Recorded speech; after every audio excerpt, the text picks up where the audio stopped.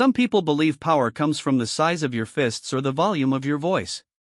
They think intimidation is strength and fear equals respect. But there's a moment in every bully's life when they discover the crushing difference between picking on the defenseless and challenging someone who was born to fight back. This is the story of Marcus Chen, a man who spent years terrorizing anyone weaker than him, until one fateful afternoon when he made the biggest mistake of his life. He threw a punch at someone wearing a red uniform and a stoic expression, someone whose job it was to protect royalty with their life. What happened next would not only end Marcus's reign of terror but would also reveal a shocking truth about the guard's identity that no one saw coming. Sometimes the universe has a way of serving justice in the most unexpected ways, and sometimes the person you choose to mess with turns out to be exactly the wrong person at exactly the right moment. Marcus Chen had been a problem since middle school. At 32 years old, he carried himself like someone who had never learned that the world didn't revolve around his anger. Standing 6 feet tall with broad shoulders and hands that looked like they'd seen plenty of fights, Marcus had built his reputation on making other people's lives miserable. His apartment in downtown Seattle reflected his personality perfectly: messy, aggressive, and filled with the kind of energy that made visitors uncomfortable. The morning of September 15th started like any other day for Marcus. He woke up with a headache from drinking too much the night before, stumbled to his bathroom, and stared at his reflection in the cracked mirror. His dark hair was disheveled, his brown eyes were bloodshot, and his jaw was clenched in the permanent scowl that had become his default expression.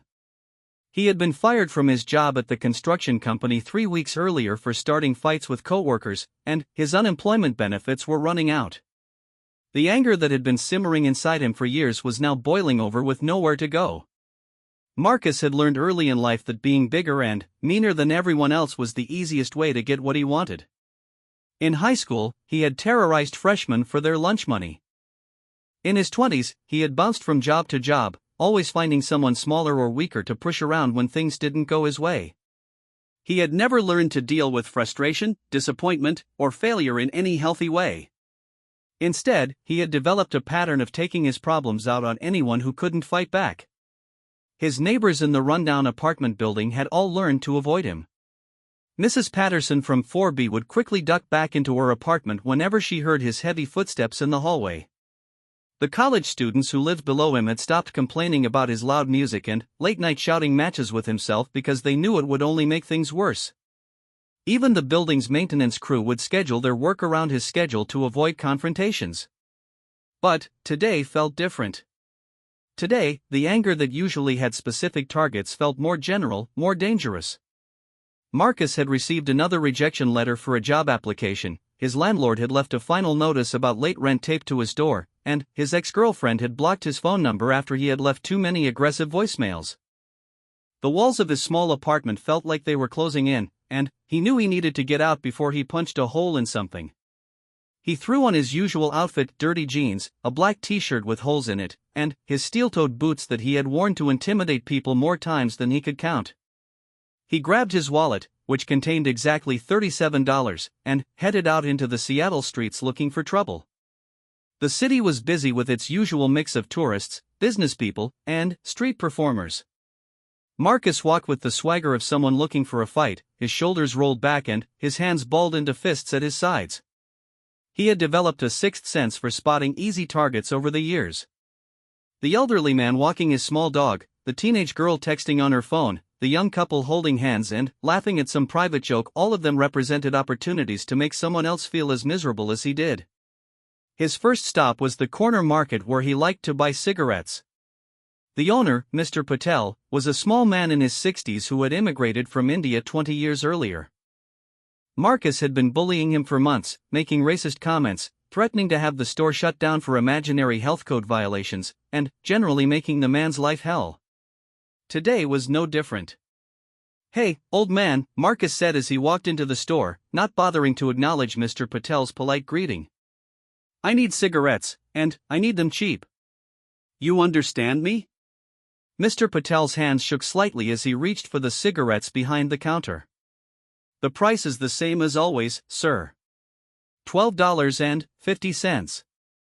Marcus slammed his fist on the counter, causing several small items to jump.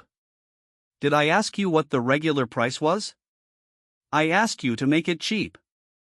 Are you stupid or just pretending not to understand English? The small man's face flushed with embarrassment and fear, but he maintained his dignity as best he could. Sir, I cannot change the price. I have a family to feed, and I cannot afford to lose money. Family to feed? Marcus laughed cruelly. Maybe you should have thought about that before you decided to come to America and take jobs away from real Americans. Maybe you should pack up your little shop and go back where you came from. Other customers in the store began to look uncomfortable. A woman with 2 small children quickly paid for her items and left. A teenager put down the soda he was planning to buy and walked out without making eye contact. This was the effect Marcus had on people. He created an atmosphere of tension and fear wherever he went. Mr. Patel's eyes filled with tears, but he stood his ground. This is my country too, sir. I am an American citizen. I pay my taxes and follow the laws. Please, just buy your cigarettes and go. Marcus leaned over the counter, bringing his face close to Mr. Patel's. You're not American, old man. You'll never be American. And if you don't start showing me some respect, I'm going to make sure everyone in this neighborhood knows what kind of person you really are. But something unexpected happened. Instead of cowering like he usually did, Mr. Patel straightened his shoulders and looked Marcus directly in the eyes. I have been dealing with bullies like you my whole life, sir. In India, during the partition, I saw real violence and real hatred. What you are doing is nothing compared to that. You are just a sad, angry man who has nothing better to do than pick on people who cannot fight back. I feel sorry for you. The words hit Marcus like a physical blow. No one had ever spoken to him like that before. No one had ever suggested that they felt sorry for him. The rage that had been building all morning suddenly focused into a laser beam of pure anger directed at this small man who had dared to challenge him. You feel sorry for me? Marcus's voice was dangerously quiet. You feel sorry for me? He reached across the counter and grabbed Mr. Patel by the front of his shirt, pulling him forward. The older man's feet left the ground, and, for a moment, Marcus felt the familiar rush of power that came from terrorizing someone weaker than himself. This was what he lived for, this moment when someone realized they had made a mistake by standing up to him. But, as he looked into Mr. Patel's eyes, he saw something he wasn't expecting. Instead of fear, he saw disappointment. Instead of panic, he saw sadness. The man wasn't afraid of him, he was disappointed in him. And, somehow, that made Marcus even angrier. He pulled back his fist, ready to teach this old man a lesson he would never forget. But, before he could throw the punch, the bell above the store's front door chimed, and a new customer walked in. Marcus glanced over his shoulder and saw a young woman in a crisp white shirt and dark pants, carrying herself with the kind of confidence that suggested she was used to being in control. Excuse me, the woman said in a calm, clear voice. Is there a problem here? Marcus released Mr. Patel and turned to face this new potential victim. She was maybe 5 feet 6 inches tall, with short blonde hair and bright blue eyes. She looked like she was in her mid-20s, and something about her posture suggested she had some kind of military or law enforcement training. But Marcus was too angry to care about details like that. Mind your own business, lady, he growled. This doesn't concern you. The woman stepped closer, and Marcus noticed that she moved with the fluid grace of someone who knew how to handle herself in a fight. But he had dealt with tough women before, and he had learned that most people, regardless of their training, would back down when faced with real aggression. Actually, it does concern me, she said. I don't like seeing people get bullied, and I especially don't like seeing small business owners get threatened in their own stores. Marcus laughed, but there was no humor in it. What are you going to do about it, sweetheart? Call the police? File a complaint? Write a bad review online? The woman smiled, and there was something unsettling about her expression. Actually, I was thinking about something more direct. That's when Marcus noticed the small pin on her shirt collar, a tiny emblem that most people would overlook, but which he recognized from news reports and documentaries. It was the symbol of the Royal Guard, the elite security force that protected members of the British royal family when they traveled abroad. This woman wasn't just some random customer who had wandered into the store. She was a trained professional whose job it was to deal with people who posed threats to extremely important individuals. But Marcus was too far gone to back down now. His anger had reached the point where logic and self-preservation had completely shut down. All he could think about was showing this woman who was in charge, making her understand that he wasn't someone to be messed with. "Royal Guard, huh?" he said, his voice dripping with sarcasm. "I guess you think that makes you special. I guess you think that means you're better than everyone else." The woman's smile never wavered, but something in her eyes suggested that Marcus was making a very serious mistake. "I think it means I'm trained to handle situations like this one." Marcus felt the familiar rush of adrenaline that always came before a fight. His hands clenched into fists, his breathing became shallow, and all of his attention focused on this woman who had dared to challenge him. In his mind, she was just another person who needed to learn to respect him, another victim who would walk away from this encounter knowing better than to cross Marcus Chen. He had no idea that he was about to make the biggest mistake of his life. He had no idea that this seemingly ordinary woman had spent years training for moments exactly like this one. And he had absolutely no idea that his decision to escalate this confrontation would set in motion a chain of events that would completely change his understanding of what real strength actually looked like. The store fell completely silent except for the hum of the refrigeration units and the distant sound of traffic outside. Mr. Patel had backed away behind the counter, his hands shaking as he reached for the phone to call 911. The tension in the air was so thick it felt like it might explode at any moment. Marcus took a step forward, closing the distance between himself and the Royal Guard. He had made his choice. There was no turning back now. Detective Sarah Mitchell had been having a perfectly normal day off until she walked into Patel's Corner Market. She had been in Seattle for 3 weeks, working as part of the advanced security team for an upcoming royal visit, but today she had planned to do some sightseeing and maybe grab some authentic American snacks to take back home to London. The last thing she expected was to walk into the middle of what looked like an assault in progress. Sarah had joined the Metropolitan Police Service at 21 and had quickly distinguished herself as someone with exceptional instincts for de-escalation and conflict resolution. Her superiors had noticed her combination of physical skills, mental toughness, and emotional intelligence, which led to her selection for specialized training with the Royal Protection Squad. For the past 4 years, she had been responsible for the safety of some of the most high-profile individuals in the world, and she had learned to assess threats and respond to dangerous situations with split-second accuracy. The moment she walked into the store and saw the large man grabbing the elderly shopkeeper, every alarm bell in her training started ringing. This wasn't just a customer disagreement or a misunderstanding, this was a classic predator-prey scenario, with all the warning signs of imminent violence. The aggressor was displaying textbook signs of someone who was about to escalate to physical assault, clenched fists, invasion of personal space, threatening body language, and verbal intimidation tactics. What concerned Sarah most was the complete lack of fear or hesitation in the aggressor's behavior. This wasn't someone who was acting out of desperation or emotional instability, this was someone who was comfortable with violence, someone who had clearly done this kind of thing before.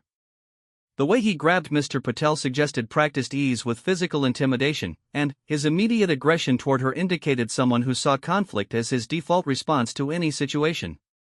"Sir, I'm going to need you to step away from the counter and calm down," Sarah said, using the authoritative but non-threatening tone she had perfected during her police training. "Whatever issue you have with this gentleman, I'm sure we can resolve it without anyone getting hurt." Marcus turned his full attention to her, and Sarah immediately noticed several things that confirmed her assessment of the situation. His pupils were dilated, his jaw was clenched, and his breathing was rapid and shallow, all signs of someone whose adrenaline was spiking toward violence. His stance was aggressive, with his weight forward on the balls of his feet, ready to attack or defend. Most concerning was his eyes, which showed the kind of cold calculation that suggested this wasn't his first time threatening innocent people.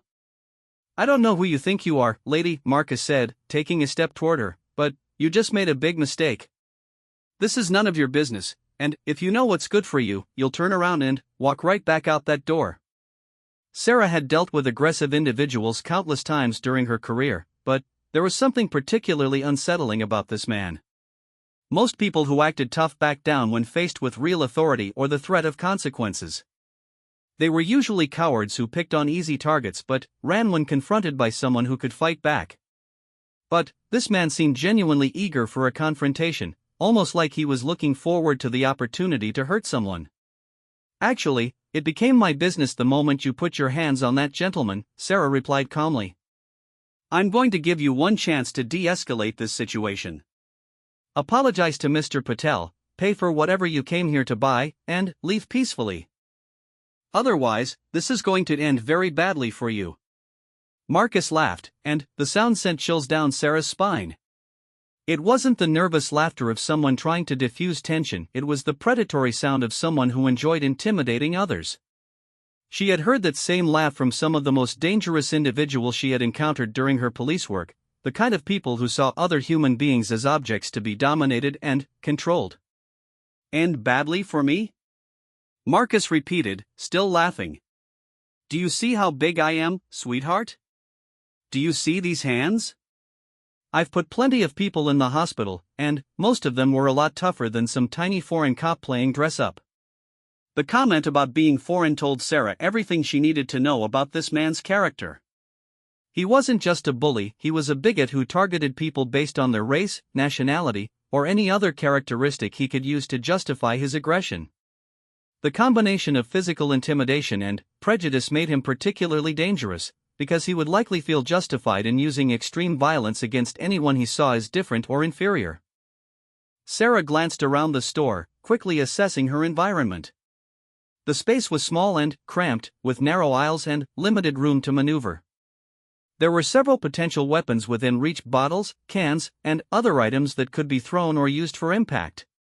The front door was about 12 feet behind Marcus, which meant she would have to go through him to reach it. Most importantly, Mr. Patel was still behind the counter, which meant any physical confrontation would put him at risk of being caught in the crossfire.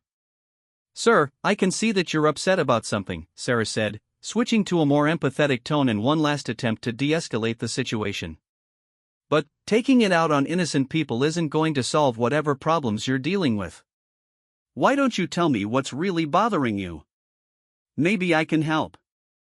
For just a moment, Marcus's expression flickered with something that might have been surprise. Most people who confronted him either ran away or immediately escalated to matching his aggression. No one had ever suggested that he might be acting out because he was dealing with problems in his own life. The unexpected show of empathy caught him off guard, and, for a brief second, Sarah thought she might have found a way to reach him. But then, his face hardened again, and she realized that her attempt at compassion had actually made him angrier. In his mind, her offer to help was probably another form of disrespect, another suggestion that he was weak or in need of assistance. People like Marcus often interpreted kindness as condescension, and empathy as an attack on their carefully constructed image of strength and independence. "I don't need help from anyone," Marcus snarled, "especially not from some foreign bitch who thinks she's better than everyone else. You want to know what my problem is? My problem is people like you and him," he gestured toward Mr. Patel, "coming into our country and thinking you can tell us what to do." Sarah felt her own anger beginning to rise, but she kept it carefully controlled. She had dealt with racism and sexism throughout her career, both as a police officer and as a member of the Royal Protection Squad. She had learned that people who used bigotry as a weapon were usually revealing their own insecurities and weaknesses, and that the best response was to remain professional and focused on the actual threat they presented. "Sir, I'm going to ask you one more time to leave this store peacefully," she said firmly. "If you don't, I'm going to have to take action to protect Mr. Patel and ensure public safety. This is your final warning." Marcus's response was swift and predictable. Instead of words, he answered with actions, stepping forward and swinging his right fist directly at Sarah's face. It was a wild, undisciplined punch thrown with brute force rather than technique, the kind of attack that relied on size and aggression rather than skill or training. But Sarah had been expecting exactly this response. The moment she saw his weight shift and his shoulder telegraph the incoming punch, she was already moving. Her police training and Royal Guard conditioning had taught her to read body language and anticipate violence before it happened, and she had been watching Marcus's subtle movements for the past several minutes. She ducked under his punch with fluid grace, feeling the air displacement as his fist sailed over her head. At the same time, she stepped forward and to the side, positioning herself at an angle that gave her multiple options for counterattack while keeping her out of range of his follow-up strikes. The move was so smooth and natural that it looked almost effortless, like she had simply bent down to tie her shoe while he happened to be swinging at empty air. Marcus's momentum carried him forward, and his punch hit nothing but air where Sarah's head had been a fraction of a second earlier. The missed strike threw him off balance, and he stumbled slightly as he tried to recover his footing. For the first time since the confrontation began, uncertainty flickered across his face as he realized that this woman was not going to be the easy target he had assumed. "That was a mistake," Sarah said quietly, her voice now carrying a completely different tone. Gone was any pretense of trying to de-escalate or find a peaceful solution. This was the voice of a trained professional who had been forced to switch from protector mode to neutralize the threat mode. Marcus tried to throw another punch, but his movements were clumsy and desperate now. His first missed swing had shaken his confidence, and he was beginning to realize that he had seriously misjudged his opponent. Sarah avoided his second attack just as easily, this time stepping back and allowing him to overextend himself again. "You're not very good at this," she observed calmly, circling around him with the patience of a predator who knows the outcome is no longer in doubt. "Most bullies aren't. You're used to picking on people who can't fight back, aren't you?" The psychological component of her response was just as calculated as the physical. Sarah knew that bullies like Marcus derived their power from feeling superior to their victims. By demonstrating that he couldn't even land a punch on her, she was systematically dismantling the foundation of his self-image. Every missed swing was proof that he wasn't as strong or intimidating as he believed, and that realization was probably more devastating to him than any physical blow she could deliver. Marcus's face was turning red with exertion and embarrassment. Sweat was beginning to bead on his forehead, and his breathing was becoming more labored. He threw a third punch, then a fourth, but Sarah evaded each one with the same calm efficiency. She wasn't even breathing hard, and the contrast between her composed demeanor and his increasingly frantic attacks was stark and humiliating. "Stand still and fight me," Marcus shouted, his voice cracking with frustration. "Why would I do that?" Sarah replied reasonably. "You're doing such a good job of exhausting yourself. I'm just waiting for you to tire out so I can end this safely." The comment was perfectly calculated to enrage him further while also being completely true. Sarah had been trained in multiple martial arts disciplines, but her specialty was tactical restraint and control techniques. Her job was to neutralize threats with the minimum amount of force necessary, and she knew that allowing an aggressor to exhaust themselves was often the most effective strategy for avoiding serious injury to all parties involved. But Marcus was too angry and humiliated to think strategically. Instead of recognizing that he was outmatched and trying to escape, he doubled down on his aggression. He charged at Sarah with his arms extended, trying to tackle her to the ground where he thought his size advantage would give him the upper hand. It was exactly the move Sarah had been waiting for. As Marcus lunged toward her, she stepped to the side and used his own momentum against him, applying a textbook hip throw that sent him flying through the air. He crashed into a display of potato chips, scattering bags across the floor and making a tremendous noise that could probably be heard from the street. Marcus lay on the floor for a moment, stunned and trying to figure out what had just happened. In his entire life of bullying people, no one had ever fought back like this. No one had ever made him feel small and powerless and completely outclassed. The role reversal was so complete and so humiliating that he couldn't quite process it. But his humiliation quickly transformed back into rage, and he scrambled to his feet with murder in his eyes. This time, he wasn't just trying to intimidate or assert dominance, he was trying to hurt Sarah as badly as possible. The veneer of civilization had completely fallen away, and she could see that she was now dealing with someone who was capable of genuine violence. Sarah sighed internally as she realized that this confrontation was going to end with Marcus getting seriously hurt. She had given him multiple opportunities to walk away, multiple chances to de-escalate, and multiple warnings about what would happen if he continued. Now he had crossed the line into attempting actual bodily harm, which meant she was legally and morally justified in using whatever force was necessary to protect herself and Mr. Patel. What happened next would be talked about in that neighborhood for years to come. Marcus, his face purple with rage and his eyes wild with humiliation, charged at Sarah like a wounded animal. He had abandoned any pretense of technique or strategy. This was pure aggression, the kind of desperate violence that comes from someone whose entire worldview had just been shattered in front of witnesses. Sarah watched him approach with the calm focus of a professional who had trained for moments exactly like this one.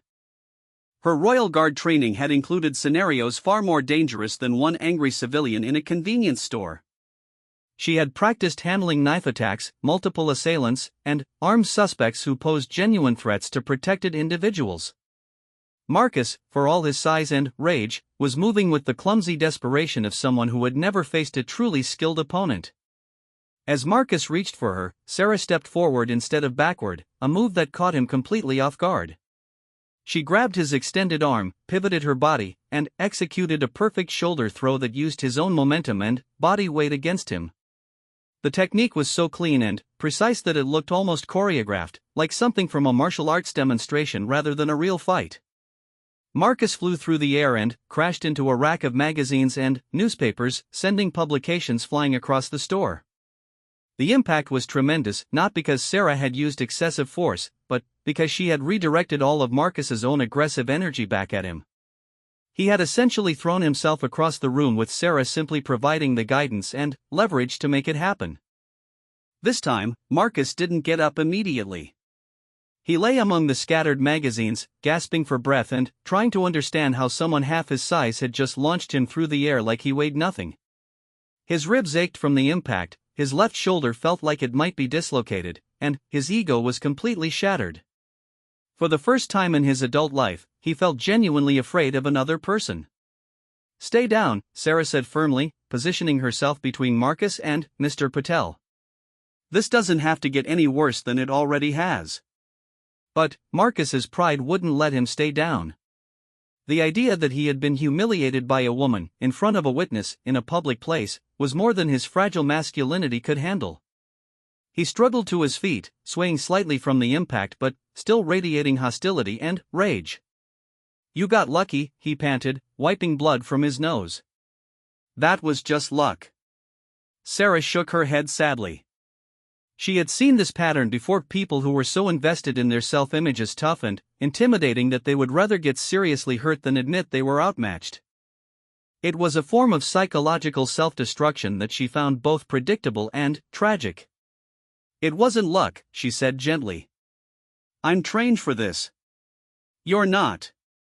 Please don't make me hurt you more than I already have." The kindness in her voice was somehow more devastating to Marcus than any insult or threat could have been. She wasn't gloating over her victory or trying to humiliate him further, she was genuinely concerned about his well-being even though he had tried to assault her. The compassion in her tone forced him to confront the reality that she was a better person than he was in every possible way.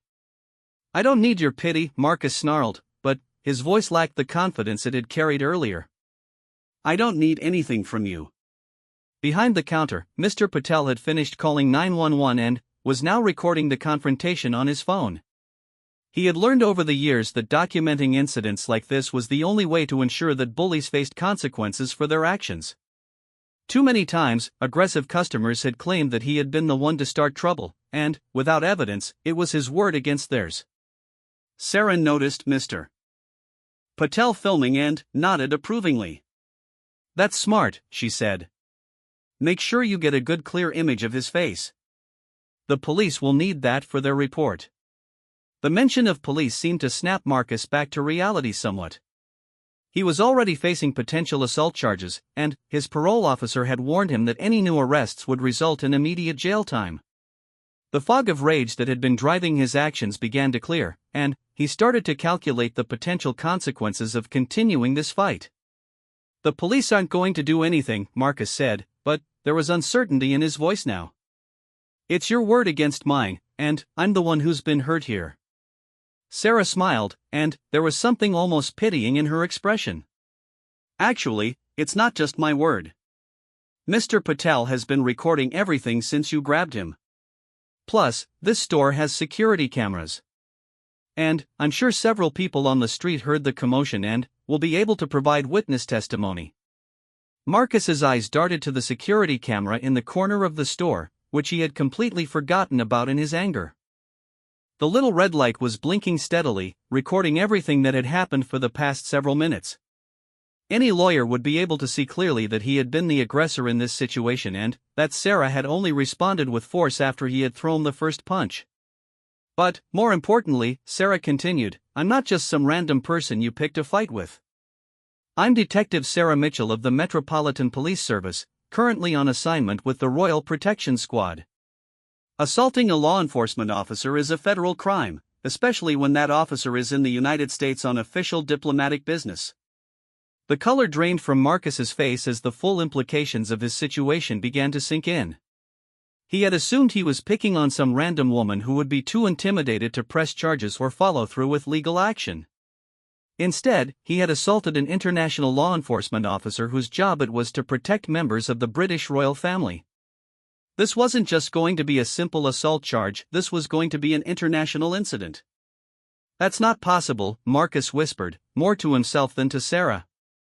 You're just some woman. You're nobody special. I'm afraid that's where you're wrong, Sarah replied calmly. I'm Detective Mitchell, and I've been tracking criminals like you for most of my adult life. The difference is, most of them are smart enough to run when they realize they're outmatched. She reached into her pocket and pulled out her credentials, holding them up so Marcus could see the official seals and identification numbers. The documentation was absolutely legitimate. Sarah Mitchell was exactly who she claimed to be, and she had the legal authority to arrest and detain individuals who pose threats to public safety. Marcus stared at the credentials, his mind struggling to process this new information. Everything about this situation had gone wrong in ways he never could have anticipated. What should have been a simple intimidation of a weak shopkeeper had somehow escalated into a federal crime against an international police officer. His life, which had already been spiraling out of control, was now completely destroyed. I didn't know, he said weakly. I didn't know who you were. Would it have mattered? Sarah asked pointedly. Would you have treated Mr. Patel any differently if you had known I was a police officer? Or would you have just waited until you thought no one was watching? The question forced Marcus to confront the truth about his own character, and he didn't like what he saw. The honest answer was that he probably would have continued bullying Mr. Patel, he just would have been more careful about it. His problem wasn't that he had picked on the wrong person, his problem was that he was the kind of person who picked on anyone he perceived as vulnerable. I'm not a bad person, Marcus said, but the words sounded hollow even to himself. Yes, you are, Sarah replied matter-of-factly. You're exactly the kind of bad person that my job exists to stop. You prey on innocent people, you use your size to intimidate those who can't defend themselves, and you justify your behavior with bigotry and anger. The brutal honesty of her assessment hit Marcus like a physical blow. No one had ever described him so accurately or so unflinchingly before.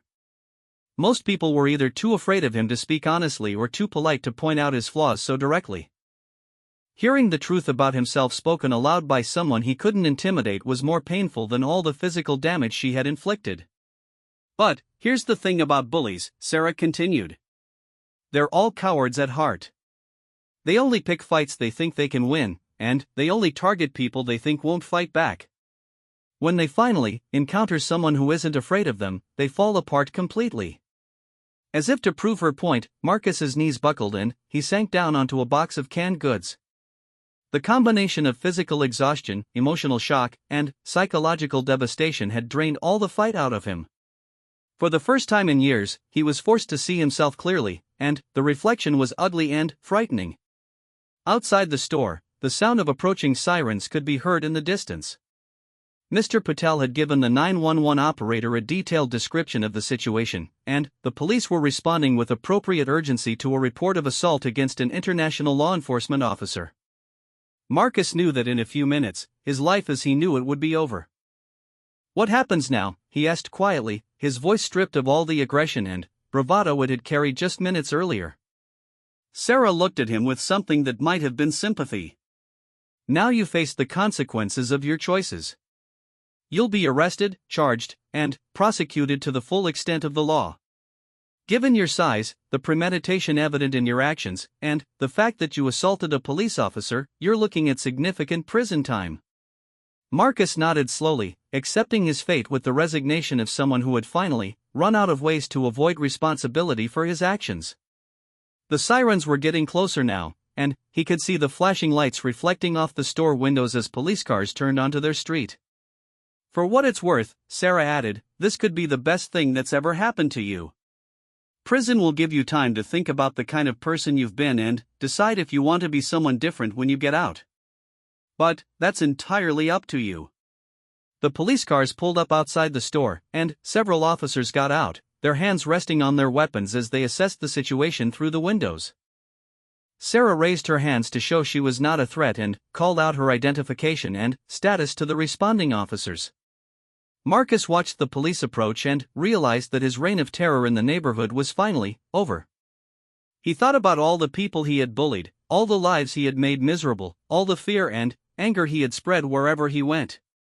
The shopkeeper who had been too afraid to make eye contact with him, the neighbors who had crossed the street to avoid him, the co-workers who had quit their jobs rather than deal with his aggression, all of them would be safer now that he was going to be removed from their lives. As the police officers entered the store and began taking statements from witnesses, Marcus found himself thinking about what Sarah had said about him being a coward. He realized she was right.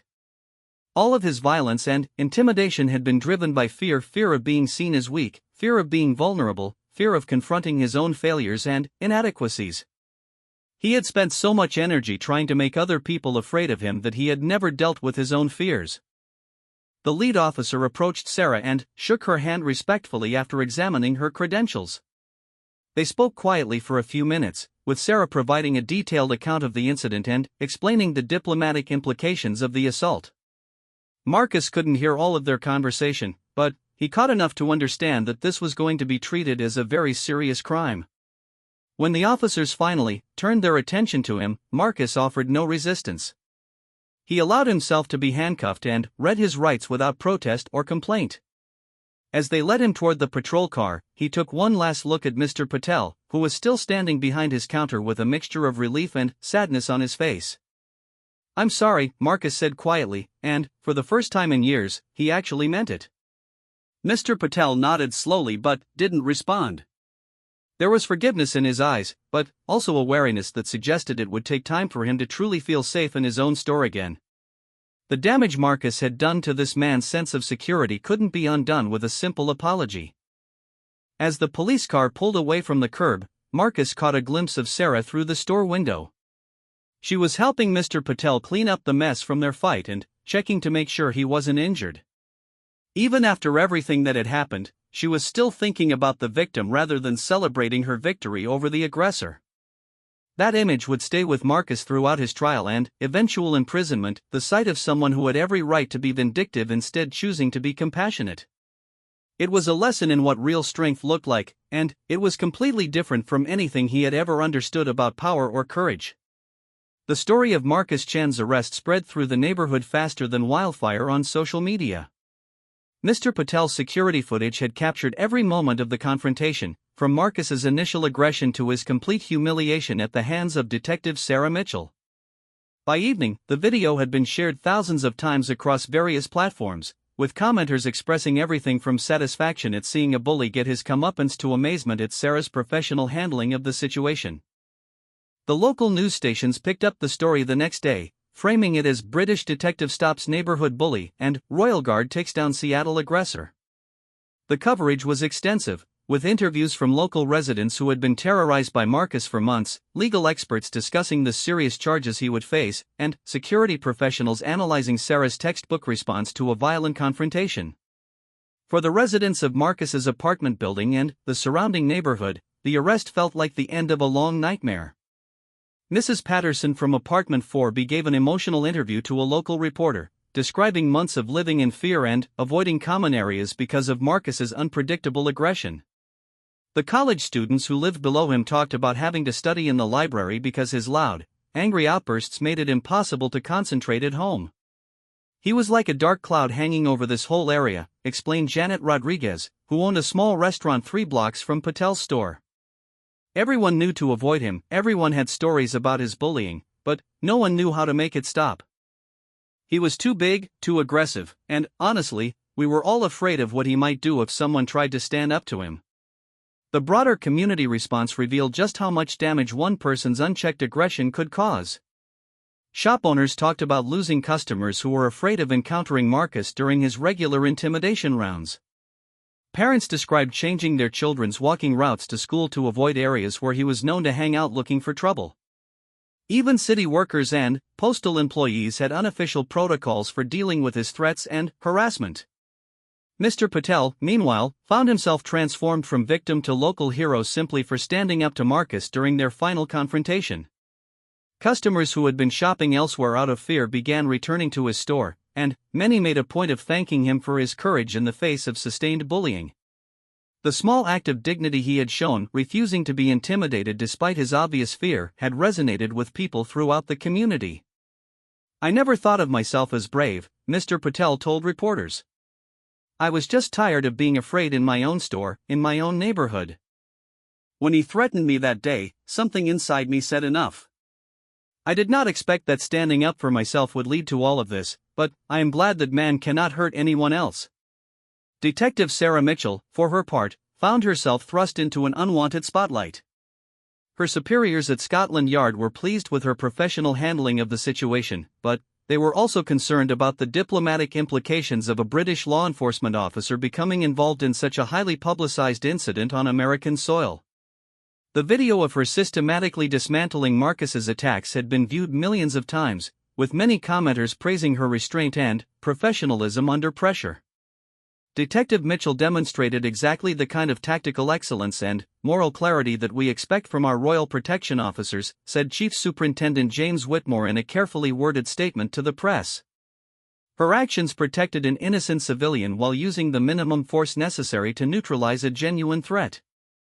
This incident serves as an excellent example of how proper training and professional discipline should guide law enforcement response to civilian aggression. The diplomatic corps was less enthusiastic about the international attention, but they couldn't argue with the outcome. Sarah had followed proper protocols, documented everything appropriately, and cooperated fully with local authorities. If anything, the incident had enhanced Britain's reputation for having exceptionally well-trained law enforcement professionals. Marcus, sitting in his jail cell awaiting trial, watched the news coverage with a mixture of horror and fascination. Seeing himself on television, red-faced and flailing helplessly while Sarah calmly evaded his attacks, was perhaps the most humiliating experience of his life. But it was also educational in a way that no amount of therapy or counseling had ever been. For the first time, he was seeing his behavior from an outside perspective, and it was impossible to maintain any of the justifications he had used to rationalize his actions. The video made it crystal clear that he had been the aggressor, that his victim had been completely innocent, and that his assault on Sarah had been both unprovoked and criminal. There was no way to spin the footage to make himself look like anything other than a violent bully who had finally met someone he couldn't intimidate. His court-appointed lawyer, Maria Santos, was frank about his prospects during their first meeting. "Mr. Chen, I have to be honest with you, this is about the worst possible situation for mounting any kind of defense. The entire incident was recorded from multiple angles, there are multiple witnesses who saw you initiate the violence, and you assaulted a law enforcement officer who was acting in defense of a civilian. The prosecution has an airtight case." Marcus nodded glumly. He had been expecting this assessment, but hearing it stated so bluntly still hit him like a punch to the gut. "What kind of sentence am I looking at? Given your prior record, the premeditated nature of your harassment of Mr. Patel, and the serious charges related to assaulting Detective Mitchell, you're probably looking at 5 to 7 years in state prison. The federal prosecutor might also decide to file additional charges related to assaulting a foreign law enforcement officer, which could add more time to your sentence." 5 to 7 years. Marcus tried to wrap his mind around that time frame and realized it represented a significant portion of his remaining adult life. He would be nearly 40 when he got out, assuming he earned good behavior credits and served the minimum sentence. His apartment would be gone, his few possessions would be in storage or sold, and he would have to start completely over with a felony record that would make finding employment extremely difficult. "Is there any possibility of a plea bargain?" he asked, though he suspected he already knew the answer. "The prosecutor might be willing to negotiate if you show genuine remorse and agree to undergo anger management counseling and community service as part of your sentence," Maria replied. "But, given the public nature of this case and the severity of your actions, I wouldn't expect any significant reduction in prison time." Marcus spent the next several days in solitary contemplation, reviewing every decision that had led him to this moment. He tried to trace back through the years to understand how he had become the kind of person who would terrorize an elderly shopkeeper and assault a police officer. The pattern was depressingly clear once he forced himself to look at it honestly. Every time something had gone wrong in his life, losing a job, ending a relationship, facing financial difficulties, he had responded with anger and aggression instead of taking responsibility or seeking help. He had developed a habit of blaming other people for his problems and punishing innocent individuals for his failures. Over time, this pattern had become so entrenched that violence had become his default response to any form of frustration or disappointment. The most painful realization was that his bullying had never actually solved any of his problems. Intimidating Mr. Patel hadn't gotten him a job or helped him pay his rent. Threatening his neighbors hadn't improved his relationships or made him feel better about himself. All of his aggression had accomplished nothing except creating fear and suffering for innocent people while making his own life progressively worse. His cellmate, a man named David who was serving time for drug possession, listened to Marcus's story with interest and offered some unexpected wisdom. "Man, I've been in and out of prison for 15 years, and I can tell you something, the guys who come in here blaming everyone else for their problems never change. They serve their time, get out, and end up right back here within a year or two. But the guys who use their time inside to really look at themselves and figure out how to be different people? Some of them actually turn their lives around. How do I do that?" Marcus asked. "How do I become a different person after 32 years of being this way?" David shrugged. "Start by admitting that you chose to be this way. Nobody made you into a bully, you became one because you thought it would get you what you wanted. Then, figure out what you actually want from life and find healthy ways to go after it. Prisons got programs for anger management, addiction counseling, vocational training, even college courses.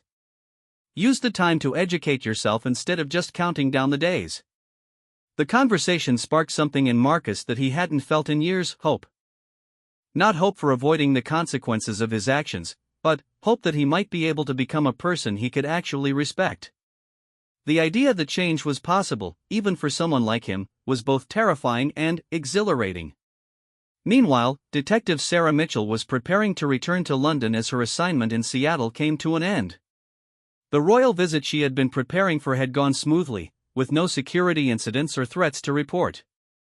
Her supervisors were pleased with her performance, and several American law enforcement agencies had requested copies of her tactical reports from the Marcus Chen incident for training purposes. Before leaving Seattle, Sarah made one final visit to Mr. Patel's store. She wanted to check on his emotional recovery and ensure that he felt safe returning to his normal routine. She found him in good spirits, restocking shelves and chatting warmly with customers who had made a point of supporting his business following the incident. "Detective Mitchell!" Mr. Patel exclaimed when he saw her. "I am so glad you stopped by before leaving our city. I wanted to thank you again for everything you did for me." "You don't need to thank me," Sarah replied. "I just did my job. But I do want to make sure you're feeling safe here. Has anyone else given you trouble since Marcus was arrested?" "Actually, it has been quite the opposite," Mr. Patel said with a smile. "People have been going out of their way to be kind and supportive. My sales have increased significantly, and several customers have told me they were inspired by how I stood up to that bully. It seems that sometimes good things can come from bad situations." Sarah nodded, pleased to hear that the incident had ultimately strengthened rather than weakened the community. "What you did took real courage. Standing up to someone like Marcus when you knew he might hurt you, that was genuine bravery." "I learned something about courage from watching you," Mr. Patel replied thoughtfully. I always thought courage meant not being afraid. But, you were calm and controlled even when facing violence. That taught me that real courage is being afraid but doing the right thing anyway. As Sarah walked back to her hotel to finish packing, she reflected on the unexpected lessons of the past few weeks. She had come to Seattle expecting routine security work, but instead had been reminded of why she had chosen law enforcement as a career in the first place. The opportunity to protect innocent people from those who would harm them was both a privilege and a responsibility that she never took lightly. The Marcus Chen incident would become a case study in her continuing education, an example of how proper training and professional judgment could resolve dangerous situations with minimal harm to all parties involved. But, more importantly, it had reinforced her belief that every individual had the capacity for change, whether that change involved a bully learning to take responsibility for his actions or a shopkeeper discovering his own inner strength. The ripple effects of that afternoon in Patel's Corner Market would continue spreading through the community for months to come, touching the lives of people who had never even met the main participants in the drama.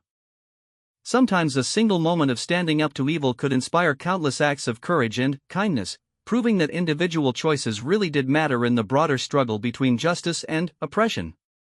2 years into his sentence at Cedar Creek Correctional Facility, Marcus Chen was almost unrecognizable from the angry, violent man who had terrorized Seattle's Capitol Hill neighborhood.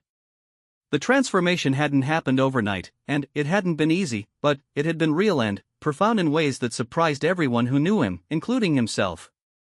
The first year of his imprisonment had been the hardest period of his adult life. Stripped of his ability to intimidate others and surrounded by men who were bigger, stronger, and more experienced with violence than he was, Marcus had been forced to confront the reality that he was not the tough, dominant figure he had always imagined himself to be. In fact, he was revealed to be exactly what Detective Sarah Mitchell had called him, a coward who had only felt powerful when picking on people who couldn't fight back. The wake-up call had come during his third week in prison, when he had tried to assert dominance over a smaller inmate named Tommy Rodriguez during lunch. Tommy was serving time for white-collar financial crimes and looked like an easy target for someone seeking to establish their place in the prison hierarchy.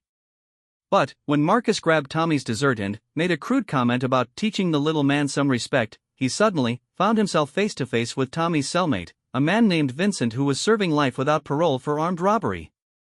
"You got a problem with my friend here?" Vincent had asked quietly, stepping between Marcus and Tommy with the casual confidence of someone who had nothing left to lose. Marcus had looked into Vincent's eyes and seen something that terrified him, complete indifference to consequences. This wasn't someone who could be intimidated or reasoned with. This was someone who would hurt him badly and sleep soundly afterward, regardless of what punishment might follow. For the first time in his adult life, Marcus had backed down from a confrontation, mumbling an apology and returning Tommy's dessert with shaking hands. That night, lying in his cell and replaying the humiliation, Marcus had finally understood what every one of his victims had felt when faced with his aggression. The fear, the helplessness, the knowledge that someone bigger and meaner was going to hurt you just because they could. It was a horrible feeling that made his stomach churn with shame. He had spent years inflicting that feeling on innocent people, and now he was experiencing it himself. The realization had broken something inside him, but in a way that allowed healing to begin. For the first time in years, Marcus had cried, not from physical pain or anger, but from genuine remorse for the suffering he had caused. He thought about Mr. Patel's trembling hands, about Mrs. Patterson hurrying to avoid him in the hallway, about all the people whose days he had ruined just because he could. The next morning, he had signed up for every rehabilitation program the prison offered. Anger management classes, addiction counseling, vocational training, even a basic education program to earn his GED. His counselor, Dr. Rebecca Martinez, had been skeptical at first. She had seen plenty of inmates who participated in programs simply to impress parole boards without making any genuine changes to their thinking or behavior. "Why are you here, Marcus?" Dr. Martinez had asked during their first session. "What do you hope to get out of anger management counseling?" "I want to understand why I became such a terrible person," Marcus had replied honestly. "I want to figure out how to be someone different when I get out of here, someone who doesn't hurt innocent people." Dr. Martinez had studied his face carefully, looking for signs of manipulation or insincerity, but she had seen only genuine anguish and confusion. Tell me about the first time you remember using violence to solve a problem, she had said. The conversation that followed had been one of the most difficult of Marcus's life. He had been forced to revisit his childhood, his relationship with his parents, the bullying he had experienced and, eventually learned to dish out in return. He had explored the deep-seated insecurities and fears that had driven his need to dominate others, the way he had used aggression to mask his own feelings of powerlessness and inadequacy. Violence became your way of feeling in control, Dr. Martinez had explained after weeks of sessions. Whenever life became overwhelming where you felt vulnerable, you would find someone weaker than yourself and make them feel worse than you did. It was a way of transferring your pain to someone else instead of dealing with it directly. The insight had been both illuminating and devastating. Marcus realized that every person he had bullied had essentially been paying the price for his own unresolved emotional problems. He had been so focused on avoiding his own pain that he had become a source of pain for everyone around him. The anger management program had taught him practical techniques for managing frustration and disappointment without resorting to violence. He learned breathing exercises, meditation techniques, and cognitive strategies for reframing negative thoughts. But, more importantly, he learned to recognize the early warning signs when he was becoming angry and to remove himself from situations before his emotions escalated to dangerous levels. The vocational training program had given him practical skills in computer repair and maintenance, something he had never imagined he would be good at. Working with delicate electronic components required patience, precision, and gentle handling, qualities that were completely opposite to his previous approach to problem solving. The work was methodical and calming, and he discovered he had a natural aptitude for troubleshooting technical issues. But perhaps the most transformative experience had been his participation in a victim impact program, where inmates met with people who had been hurt by crimes similar to their own. Marcus had been paired with an elderly man named Robert Chen, no relation, who had been repeatedly harassed and threatened by a neighborhood bully similar to Marcus. I stopped leaving my apartment except for absolute necessities, Robert had explained during one of their meetings. I couldn't sleep at night because I was afraid he might break in. I developed anxiety and depression that required medication and therapy. One person's decision to be cruel affected every aspect of my life for over 2 years. Hearing about the long-term psychological damage that bullying could cause had been more effective than any lecture or counseling session. Marcus realized that his actions had consequences that extended far beyond the immediate moments of confrontation. He had probably traumatized dozens of people over the years, creating lasting emotional scars that might take years to heal. "I'm sorry," Marcus had said to Robert, and the words had carried the weight of all his accumulated guilt and regret. "I'm so sorry for what people like me put you through." Robert had studied him carefully before responding. "I believe you are sorry. The question is, what are you going to do with that sorry when you get out of here?" That question had become the driving force behind Marcus's rehabilitation efforts. He wasn't just trying to avoid future problems, he was actively working to become someone who could contribute positively to society. He had started tutoring other inmates who were working toward their GEDs, using his own educational progress to help others who had fallen behind academically. He had also begun writing letters of apology to his victims, working with Dr. Martinez to craft messages that took full responsibility for his actions without making excuses or seeking forgiveness. Mr. Patel had been the first person he wrote to, followed by Mrs. Patterson, his former co-workers, and anyone else he could remember bullying or intimidating. Most of the letters went unanswered, which Marcus understood and accepted. He wasn't seeking absolution or trying to make himself feel better, he was simply acknowledging the harm he had caused and expressing genuine remorse. The few responses he did receive were mixed, ranging from acceptance of his apology to requests that he never contact the victims again. Mr. Patel's response had been the most meaningful to Marcus. "Mr. Chen, I appreciate your letter and believe that your remorse is genuine. I forgive you for what you did to me, not because you deserve forgiveness, but because carrying anger serves no purpose. I hope that your time in prison helps you become a better person, and I pray that when you are released, you will use your experience to help others avoid the path you took. There is always hope for redemption, but only if you continue to do the hard work of changing yourself." The letter had brought Marcus to tears, not just because of Mr. Patel's forgiveness, but because of the grace and wisdom the older man had shown in the face of Marcus's cruelty. It was a level of character that Marcus aspired to develop in himself, though he knew it would take years of continued effort. As his release date approached, Marcus felt a mixture of excitement and terror about returning to society. The world had continued changing during his incarceration, and he would be entering it as a 40-year-old ex-convict with limited job prospects and a lot of work still to do on himself. But he also had something he had never possessed before: genuine remorse for his past actions and a concrete plan for living differently.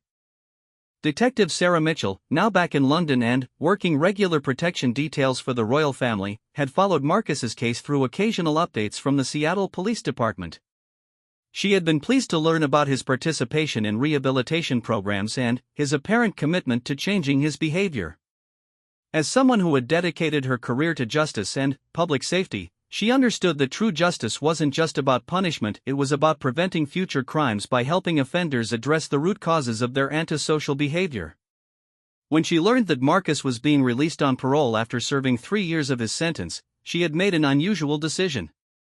She had written him a letter, not as the victim of his assault, but as a law enforcement professional who had seen both the worst and best of human nature.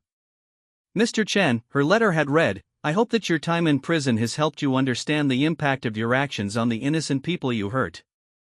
I have worked with many violent offenders during my career, and I can tell you that genuine change is possible, but only for those who are willing to do the hard work of confronting their own demons. You have an opportunity to use your experience to help other young men avoid the path you took. I hope you will take that opportunity seriously." Marcus had read her letter dozens of times, drawing strength from her belief that he could become someone who helped rather than hurt others.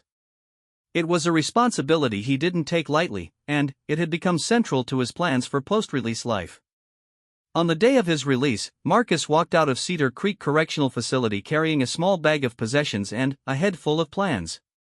He had arranged to live in a halfway house for the first 6 months while he looked for employment and established his new life. He had also committed to continuing his anger management counseling and participating in community service programs that would allow him to give back to society. His first stop after leaving prison was Mr. Patel's store. He wasn't planning to go inside. He understood that his presence might make the older man uncomfortable, and he didn't want to cause any additional distress. But he wanted to see for himself that the store was thriving and that Mr. Patel was safe and happy. He stood across the street and watched through the window as Mr. Patel served customers with the same patient kindness Marcus remembered. The store looked busy and prosperous, with a steady stream of people coming and going. Most importantly, Mr. Patel looked relaxed and confident, no longer the frightened man who had been trembling behind his counter 3 years earlier. As Marcus watched, a young man with an aggressive posture entered the store and began speaking loudly to Mr. Patel about something. Marcus felt his old instincts kick in, the desire to intervene with violence, to solve the problem by intimidating the potential troublemaker. But, instead of acting on those impulses, he took deep breaths and used the techniques he had learned in anger management class. A few moments later, the situation resolved peacefully. The young man calmed down and completed his purchase without incident. Mr. Patel handled the interaction with grace and professionalism, diffusing the tension through patience rather than confrontation. It was a masterclass in the kind of strength that didn't require violence, the kind of power that Marcus was still learning to understand and practice. As he walked away from the store and toward his new life, Marcus carried with him the image of Mr. Patel's quiet dignity and Dr. Martinez's patient guidance and Sarah Mitchell's belief in his capacity for change. He had a long road ahead of him, full of challenges and temptations and opportunities to either succeed or fail in his commitment to being a better person. But, for the first time in his adult life, Marcus Chen had hope. Not hope for an easy life or for complete redemption for his past crimes, but hope that he could spend his remaining years adding something positive to the world instead of just taking from it. It was a different kind of strength than he had ever known before, but it was real strength, the kind that built rather than destroyed, that protected rather than threatened, that healed rather than wounded. The bully who had thrown a punch at a royal guard had learned the hardest lesson of all, that true power came not from making others afraid, but from making them feel safe. And, while Marcus would never fully undo the damage he had caused during his years of violence and intimidation, he could at least ensure that he never caused such damage again. In a world where redemption was possible but never guaranteed, that commitment represented both his penance and his promise to the people he had wronged.